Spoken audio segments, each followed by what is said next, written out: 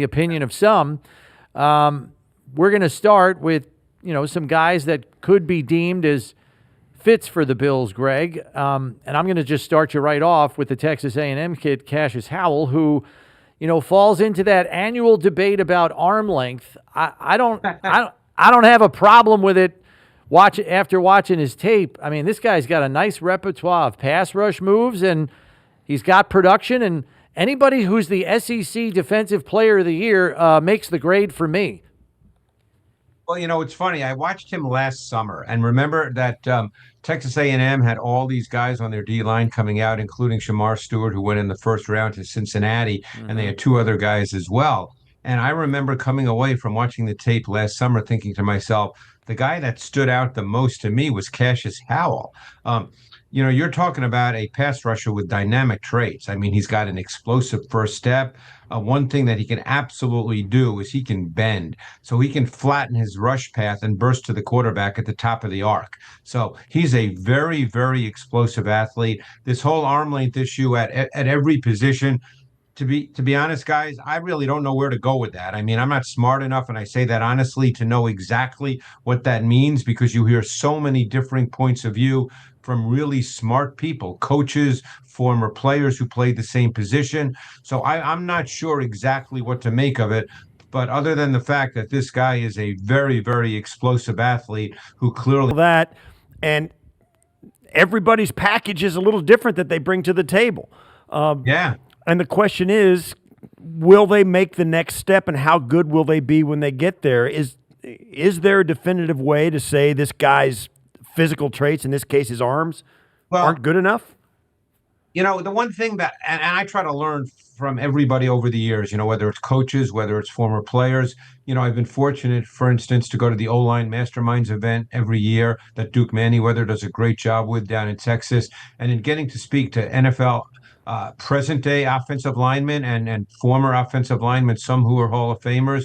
The one thing that I constantly hear, guys, is that if you can't win with some kind of power, and power can be defined differently, and we can talk about that, but if you don't have some kind of power element to your game as a pass rusher, it's hard to really be a great pass rusher in the NFL. Now, power can be, people might think of power as running through a guy. That's not necessarily power. Sure, it's great, if you can get inside a guy's chest and drive him back into the pocket. There's not a ton of guys that can just do that naturally. But it's being able to initiate contact and then play off that contact. And you can do that a lot with technique, with hand usage. So I think that's something that I look for when I watch tape. Can a pass rusher coming from the edge, obviously we're talking about now, can he play off contact and get whether inside an offensive tackle and work underneath him, or clear the arc and beat him on the high side? So, but you need some kind of physical element to be able to rush the quarterback at the NFL level. Yeah. And not to dwell on Howell, but I would just tend to think that his arm length would become more of a factor in terms of what he is as an edge setter in the run front. Yeah. That's where his arm length and keeping tackles off of him is probably going to come into play more than on his pass rush. But let's go on to another guy, a guy that I really liked. And if you need somebody to bring juice off the edge, in R. Mason Thomas. Yeah, he's another guy that I did last summer as well. And, it's funny because he was not talked about. Some of these guys weren't talked about at all last year until they then play this year. And I did him last summer. And boy, I thought that another guy that has explosive burst off the ball, vertical quickness immediately to challenge the high side. And the reason challenging the high side is so important, and Steve, you know this, is you can get offensive tackles to overset, meaning they turn their entire body to the sideline. And what that does is these guys who don't weigh a lot, they don't work as well in terms of power in sort of the shorter spaces. They need to generate velocity. They need a runway. That's the term we often use. They need a runway to generate their power. But he's been able to do that. And he's another guy that, again, not a guy that weighs 260, 265, a lesser weight guy, but a guy that's a really good edge pass rusher. All right, then let's move on down the list, like T.J. Parker from Clemson. Yeah, T.J. Parker was a guy that he was a big time recruit coming out. He's another guy. Now he weighs more. He's a little different kind of guy. I mean, TJ Parker, I think, weighs over 260, if memory serves me Yep. correctly. I Yeah, think he he's a was 6'4", 260 263, I guy. think, at the Right. combine.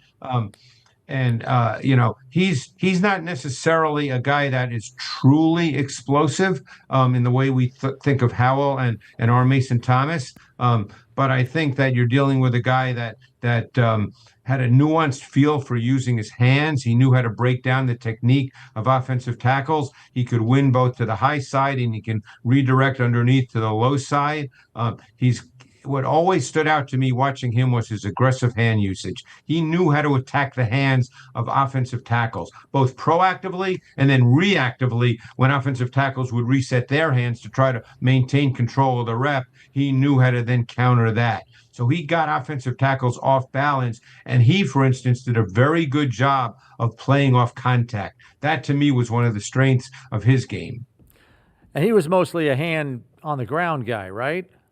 Yes, yeah, he's probably, and again, Jimmy Leonard, is their base front going to be 5'2"? Is that what the base front's going to be? We believe We so. think so, unless the personnel Okay. precludes it, right? I mean, they may go a little bit of hybrid and work it around until they Right. figure it out, but yes. To me, more of a 4-3 DN, Yeah. but again, different people see that differently. That doesn't mean I'm right, but I see him more as a 4-3 D end. What if the Buffalo Bills are not just looking for another defensive end in the draft, but hunting for the exact kind of edge rusher that can change the whole personality of this defense? Bills Mafia, that is what makes this conversation so good right now. Because this is not just about names, it is about traits. It is about what actually translates on Sundays. It is about what Buffalo really wants in this new defensive chapter. Yeah! And when you listen to that draft breakdown, one thing jumps off the screen immediately.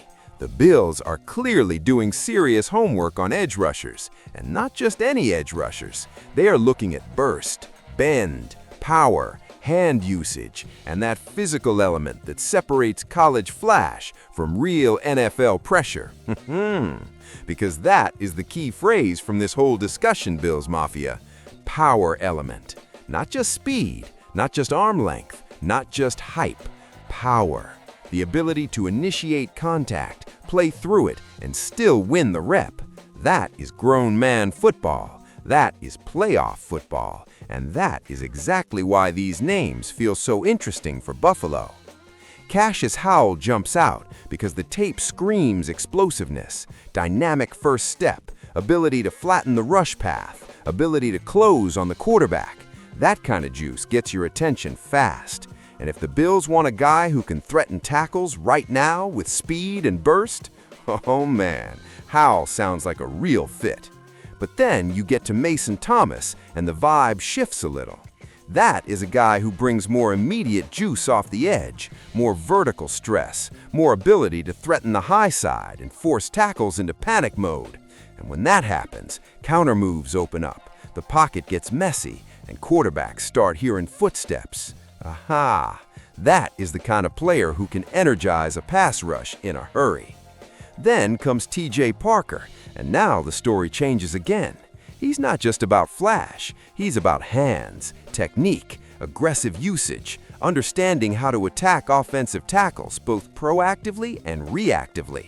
That matters, Bills Mafia, because sometimes the guy who wins in the NFL is not the freakiest athlete. It's the guy who knows how to turn every rep into a problem. And that is why this draft class is so fun for Buffalo. The Bills are not boxed into one type of edge. They can go for explosive bend. They can go for hand violence and polish. They can go for power and floor. They can choose the flavor that best matches what Jim Leonhard wants to build. Aha! And that is what makes this feel like more than random draft chatter. It feels like a blueprint. Bradley Chubb is here. Greg Rousseau is here. But this defense still feels like it needs one more young hunter, one more fresh body with real pass rush traits, one more guy who can rotate in and eventually become part of the next wave. And if Buffalo hits on the right prospect in this class, this whole front can start looking a lot more dangerous, a lot more aggressive, and a lot more alive. So, my big takeaway is simple. The Bills are not just searching for an edge rusher, they're searching for the right kind of edge rusher. The kind whose traits survive the jump. The kind who can create pressure when the game tightens up. The kind who helps make this defense nastier in January. Bills Mafia, tell me now, if Buffalo goes edge in this draft, who do you want most? The burst of Cassius Howell, the juice of Mason Thomas, or the technique and hands of TJ Parker? Drop your take in the comments, smash that like button, subscribe to the channel, and let's keep riding. Because if the Bills land the right edge in this class, yeah, this defense could get scary fast.